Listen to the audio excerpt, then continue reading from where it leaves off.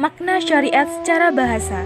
Kata syariat sendiri sebenarnya merupakan kata dalam bahasa Arab yang kemudian diserap menjadi kata bahasa Indonesia.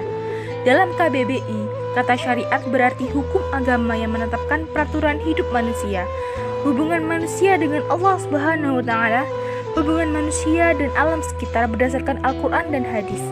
Kata syariat juga memiliki bentuk tidak baku, yaitu sarengat, syariat, syariat, dan syariah yang memiliki arti sama.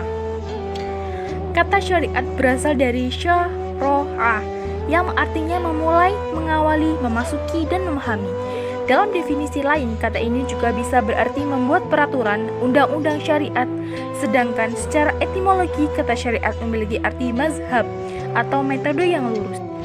Makna syariat dalam Islam. Pemaknaan syariat atau definisi syariat antar ulama memiliki redaksi yang cukup berbeda. Imam Al-Qurtubi misalnya, beliau mendefinisikan syariat Islam sebagai agama yang Allah syariatkan kepada hamba-hambanya. Definisi ini dituliskan dalam kitab Al-Jami' li Ahkamil Quran. Sedangkan Ibnu Taimiyah dalam kitab Majmu' Fatawa mendefinisikan syariat Islam sebagai menaati Allah, menaati Rasulnya, dan para pemimpin dari kalangan orang beriman.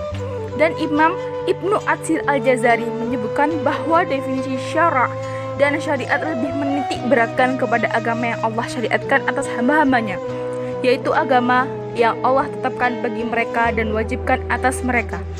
Definisi Imam Ibnu Atsir Al-Jazari ini disampaikan dalam kitab An-Nihaya fi Gharibil Hadis wal Athar. Selain itu, Dr. Atia Fayad membagi terminologi syariat dalam dua definisi, yaitu definisi umum dan definisi khusus. Yang pertama, dalam makna umum. Dalam makna umum, syariat mencangkup seluruh hukumnya menjadi ketetapan Allah dan diwajibkan kepada hamba-hambanya. Hukum ini disampaikan melalui wahyu yang turun atau melalui lisan Rasulnya.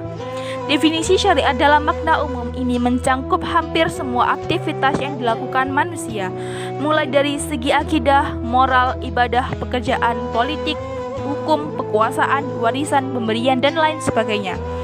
Luasnya cangkupan syariat secara umum ini mengisyaratkan bahwa Islam adalah agama yang menyeluruh dan sempurna, sehingga segala hal telah memiliki koridor dan aturan yang jelas, baik dari segi perintah hingga tata laksananya. Yang kedua, syariat dalam makna khusus.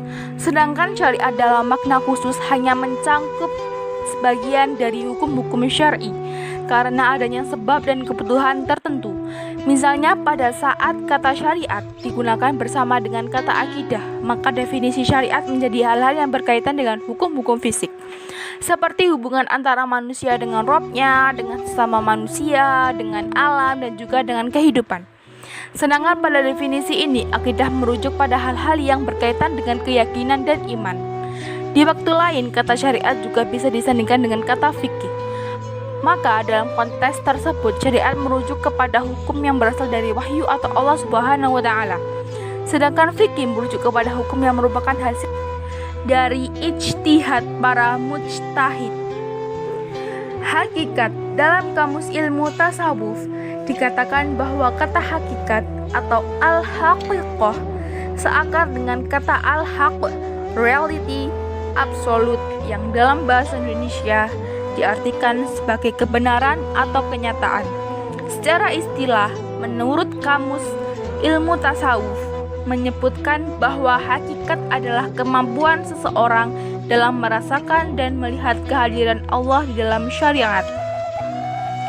Sehingga hakikat adalah aspek yang paling penting dalam setiap amal, inti, dan rahasia dari syariat yang merupakan tujuan perjalanan salik. Salah seorang sufi, Al-Halaj W.922, yang dalam pengalaman mistiknya menyatakan ana al-haq, yang berarti aku adalah Tuhan. Nah, pengalaman Al-Halaj inilah yang disebut dengan tauhid sufistik. Tauhid sufistik adalah ketika kalimat syahadat la ilaha illallah tidak lagi kita artikan tiada Tuhan selain Allah, melainkan tidak ada realitas atau hakikat yang terjadi kecuali Allah. Di sini dapat dipahami bahwa hanya Allah ialah yang real, yang hakiki, sedangkan yang lainnya adalah semu. Pernyataan tiada yang wujud kecuali Dia adalah pernyataan yang benar-benar diyakini dan dihayati sebagai suatu kenyataan yang tidak bisa diragukan lagi. Dalam penghayatannya yang terdalam, seorang sufi bahkan akan kehilangan kesadaran akan dirinya. Inilah yang dimaksud dengan fana. Setelah itu hanya kehadiran Tuhanlah yang dirasakan dan hidup dalam hadirat dan keberadaan Allah. Inilah yang disebut dengan baqo. Saat ketika seorang sufi hanya merasakan keberadaan Allah sebagai satu-satunya wujud yang hakiki. Konsep mengenai fana dan baqo inilah telah ditafsirkan sebagai kekhasan dari hakikat yang merupakan puncak tertinggi atau titik akhir dari tarekat. Meskipun demikian, tingkat hakikat bukanlah tujuan akhir yang mudah untuk dicapai.